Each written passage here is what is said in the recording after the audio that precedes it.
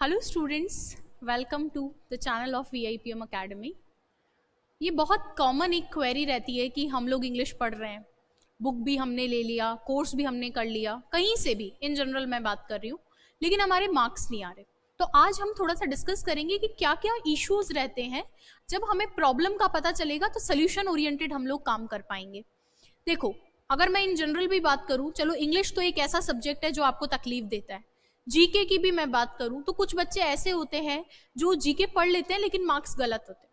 GK में ये कम इसलिए होता है क्योंकि सारा रोट लर्निंग है, आपने पढ़ा और एज इट इज आपको रिप्रोड्यूस करना है। आपसे पूछा ये युद्ध कब हुआ है तो एज इट इज आप रिप्रोड्यूस कर देंगे।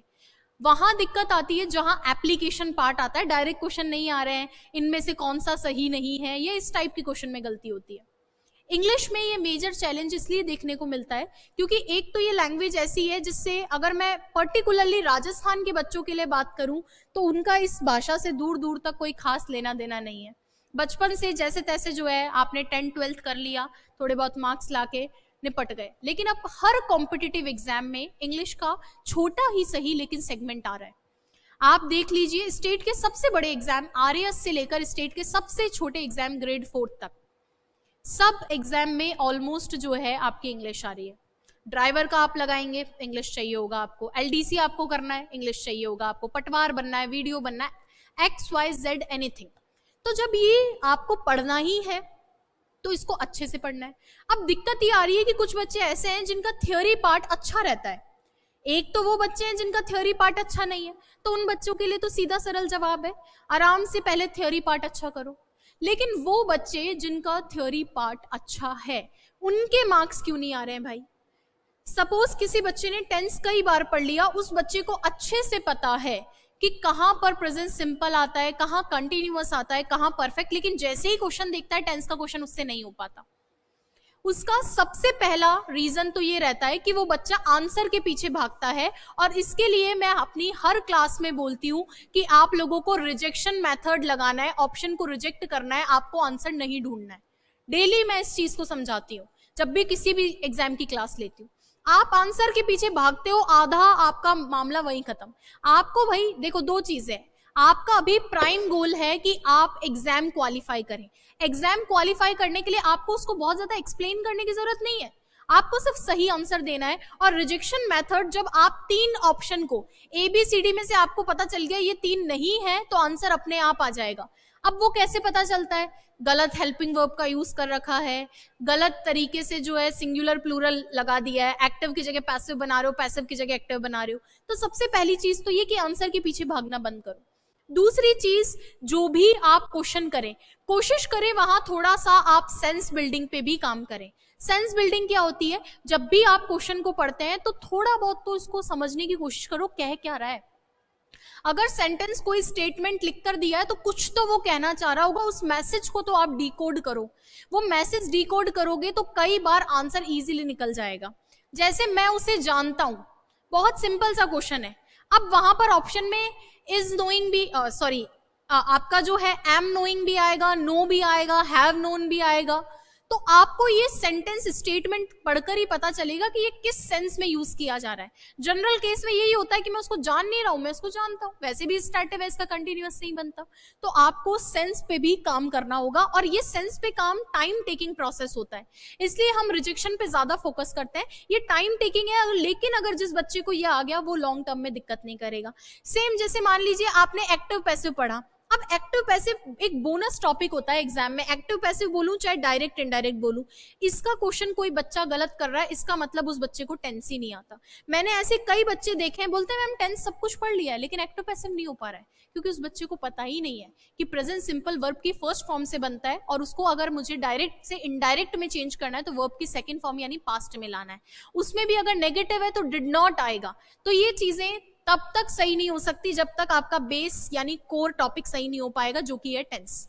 क्लियर है? तो एक्टिव पैसिव करने के लिए डिपेंडेंसी है टेंस पे। ऐसे ही मान लीजिए मैंने एक टॉपिक पढ़ाया पंक्चुएशन। अब ये पंक्चुएशन टॉपिक ऐसा है जिसमें आपको सिंबल्स यानी जो उद्धरण चिन्ह होते हैं, कहाँ फुल स्टॉप, कहाँ कॉमा, कहाँ सेमीकोलन, अब ये भी प्रैक्टिकल इंग्लिश का पार्ट होता है। यानी बचपन से हम लोगों ने देखा है कि कहाँ कॉमा होता है, कहाँ फुल स्टॉप होता है, स्टिल हमें को इसको पढ़ना पड़ रहा है, हमें इसको सीखना पड़ रहा है, क्योंकि हम इंग्लिश को जी ही नहीं पा रहे। जीने का मतलब ये नहीं है आपके सामने कोई भी पैराग्राफ है तो एटलीस्ट उसको कंसीडर तो करो। आप उसको जो है एज अ क्वेश्चन मान के ही हमेशा डील करते हैं, इसलिए दिक्कत आती है। तो इसमें भी कुछ रूल्स हैं, वो तो आपको पढ़ने ही पड़ेंगे। ऐसे ही मान लीजिए आर्टिकल के क्वेश्चन है, आर्टिकल के कुछ क्वेश्चंस डायरेक्टली रूल बेस्ड होते हैं, हो जाते हैं, नदी नाले इन सब के साथ में तालाब वगैरह XYZ इनके साथ आर्टिकल दी लगता है, चलिए बहुत अच्छी बात है। लेकिन जहां ये स्पेसिफिक केसेस नहीं है वहां पर कैसे पता लगाओगे? ए एंड डी का जो जनरल रूल रहता है उसके लिए वहां पर दिक्कत आती है कि कोई एक है सिंगुलर इंडेफिनिट है उसके लिए एन लगता है, पर्टिकुलर डेफिनिट के लिए आर्टिकल दी लगता है। ऐसे ही डिटरमिनर के लिए मैं बार बार कहती हूं कि नाउन को देखो, नाउन तय करेगी नाउन काउंटेबल है अनकाउंटेबल है कैसी है, नाउन को देखो तुम, पर तुम नाउन को नहीं देखते हो।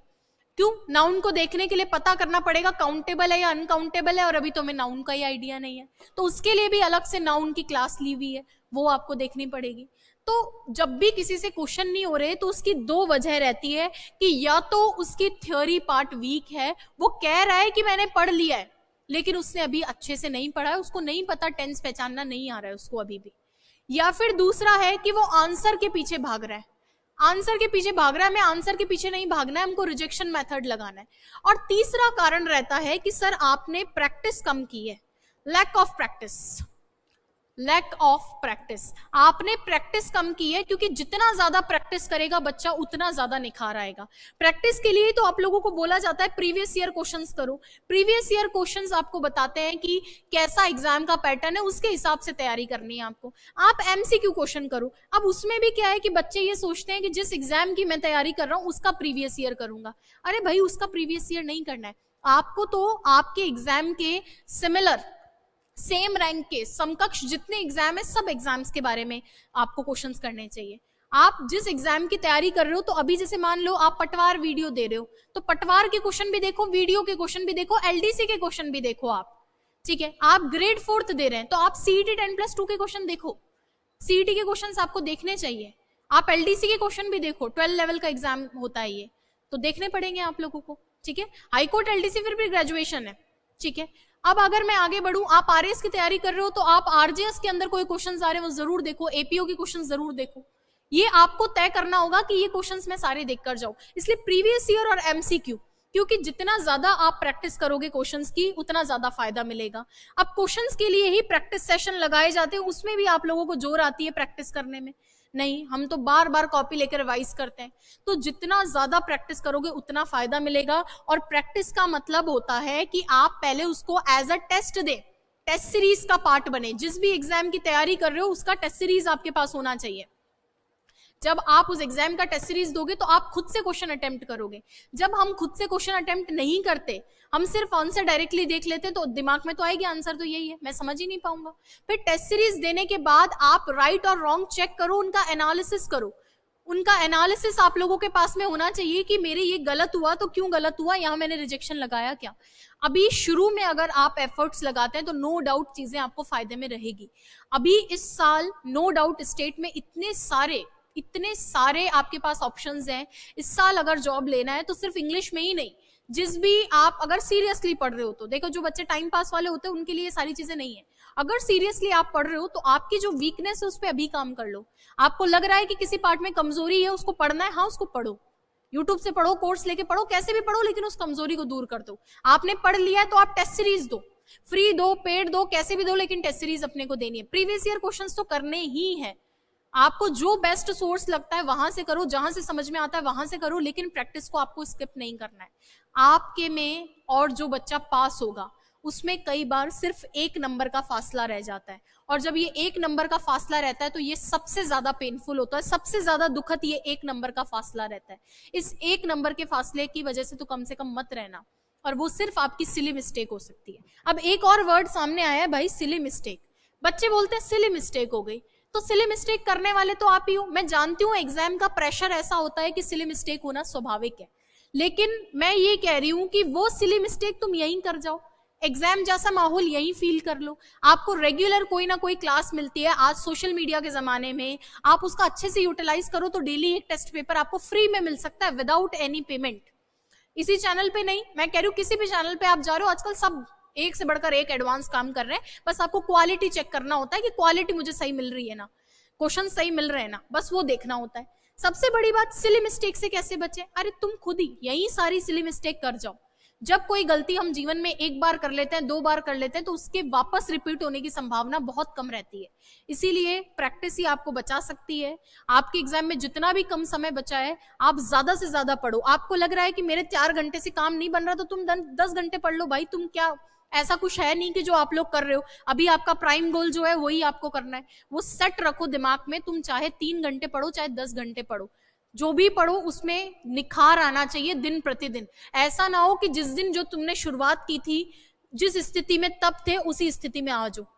आज काफी सारे अच्छे कमेंट्स आते हैं कि जब हमने शुरू किया था तो बहुत पुअर स्थिति, लेकिन आज हम अच्छा महसूस करते हैं। तो मुझे भी अच्छा लगता है कि जहां से आपने शुरुआत की है उससे आप आगे बढ़ चुके हो। लेकिन अगर आप उससे आगे नहीं बढ़ पाए हो तो प्रॉब्लम है। उस चीज पे थोड़ा सा प्लीज आप लोग काम करिए। बाकी हम लोग तो हमेशा तैयार रहते ही हैं। मैं तो बोलती ही हूँ कि जिस भी तरह की आपको मदद चाहिए वो आप हमारे साथ शेयर करो, हमारे अधिकार में रहेगी, हमारे लिए पॉसिबल होगा, प्रैक्टिकल फीजेबल होगा उसको करना, तो हम क्यों नहीं करेंगे भाई। जब हमारा काम ही वही है तो हमें तो करना ही है, उसमें कोई दो राय नहीं है। आपका काम पढ़ाई का है, आपका काम प्रैक्टिस का है, आपका काम डेडिकेशन का है, परसिवरेंस का है, लगातार पढ़ने का है, कंटिन्यूटी का है, वो काम आप कीजिए।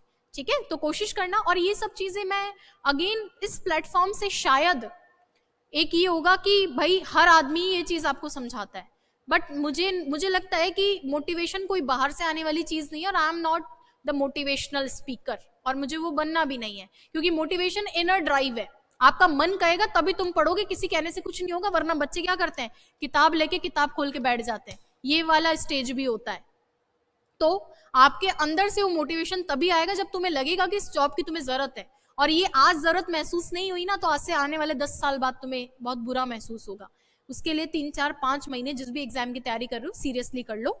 और जो ये सिली मिस्टेक्स है ये यहीं कर जाओ, जितनी कर सको उतनी कर जाओ, वहां मत करना। दूसरा, आप देखो किस वजह से दिक्कत आ रही है। दिक्कत अगर तुम्हारे थ्योरी पार्ट से है, उसको वापस रिवाइज करो। अरे मैं कह रही हूँ यार, एक बार में नहीं हो रहा है, 2 बार करो, 3 बार करो, 4 बार करो, कैसे नहीं होगा? कौन सा बहुत इजीली सारे युद्ध तुम्हें याद हो जाते थे? कौन सा सारी नदियों की सारी सहायिका तुम्हें एक साथ याद हो जाती थी? रिवाइज किया है आपने, उन चीजों को अपने ब्लड में बैठा दिया, इतनी बार पढ़ लिया, रिवाइज करो, सब याद होगा। आंसर रिजेक्शन से ढूंढो। एक बार नहीं रिजेक्शन याद रहेगा, 2 बार नहीं रहेगा, 10 बार। जैसे ही क्वेश्चन शुरू करो अपने को पिंच करो, रिजेक्शन रिजेक्शन, बार बार अपने दिमाग में आना चाहिए। फिर लैक ऑफ प्रैक्टिस, प्रैक्टिस को काम को आप मिस नहीं कर सकते, वो चाहे तुम पीवाईक्यू से, एमसीक्यू से, चाहे टेस्ट सीरीज जहां से भी लो। मैंने अगेन बोला, ये कोई बात नहीं होती कि मेरे पास पैसे नहीं थे, मेरे पास ये नहीं था, वो नहीं था। आज के जमाने में जितना पेड अवेलेबल है उससे कई गुना ज्यादा फ्री अवेलेबल है। ये आप पे निर्भर करता है कि आप उसका फायदा कैसे उठा पा रहे हो। मैं अगर इसी प्लेटफॉर्म का उदाहरण दूं तो मेरे पास जितने बच्चे रजिस्टर्ड पढ़ते हैं, यानी एप्लीकेशन पे पेड कोर्स में पढ़ते हैं, उसके शायद 50 गुना बच्चे ज्यादा यहां पर पढ़ते हैं ऑफ इसके अंदर ऑनलाइन यूट्यूब पे।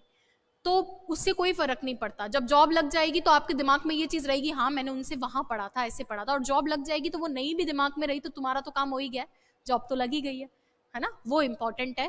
तो मेरा तो सिर्फ इतना ही कहना है। बाकी आप लोग अपने सब सोच समझ कर डिसीजन लेने वाले हैं, तैयारी कर रहे हैं। बड़े बच्चे हैं, छोटे बच्चे हैं नहीं, ऑलमोस्ट सभी ग्रेजुएट्स हैं। ग्रेजुएट नहीं भी है, पढ़ भी रहे हैं, तो अपना डिसीजन ले सकते हो। तो सोच समझ के फैसला लेना है, और फैसला यही लेना है कि किस पार्ट में कमी है, उस पार्ट पे मैं ज्यादा काम करूं। अगर सीरियस हो तो मेरी बात को सीरियसली लेकर इस पर काम करना, नहीं सीरियस हो तो फिर जैसा जो आपको अच्छा लगता है वैसे कीजिए। Thank you so much, channel से बने रहिए ताकि आपको जो है जो क्लासेस चल रही है रेगुलर बेसिस पे वो मिले। इन केस आप तैयारी कर रहे हैं, आपको बुक की हेल्प चाहिए, आप ले सकते हो। मार्केट में भी वीआईपीएम की बुक्स अवेलेबल है और एप्लीकेशन पे भी। Thank you so much.